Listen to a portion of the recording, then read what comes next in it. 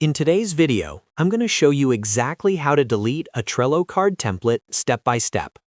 If you've created templates in Trello and no longer need them, cleaning them up will help keep your boards organized and clutter-free.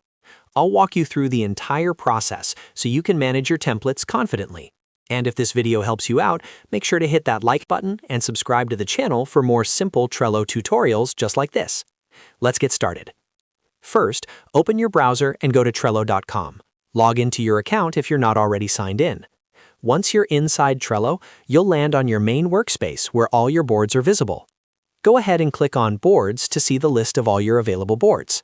From here, open the board that contains the card template you want to delete.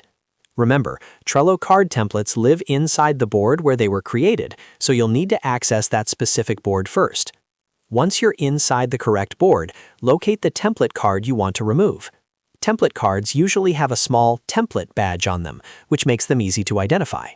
Click on the template card to open it. After the card opens, look toward the top right corner of the card window. You'll see the 3 dots icon, which opens the More Options menu. Go ahead and click on those 3 dots. In the drop-down menu, you'll see several options related to that card. If the card is currently set as a template, you may first need to convert it back to a regular card before deleting it. If you see an option that says something like Convert to Regular Card, click that option. This removes the template status from the card. Once the card is no longer marked as a template, you can now delete it like any other Trello card. To do this, look for the Archive option inside the card. Click Archive. Trello doesn't permanently delete cards immediately, it archives them first. After archiving the card, you'll see an option to delete. Click Delete, and Trello will ask you to confirm.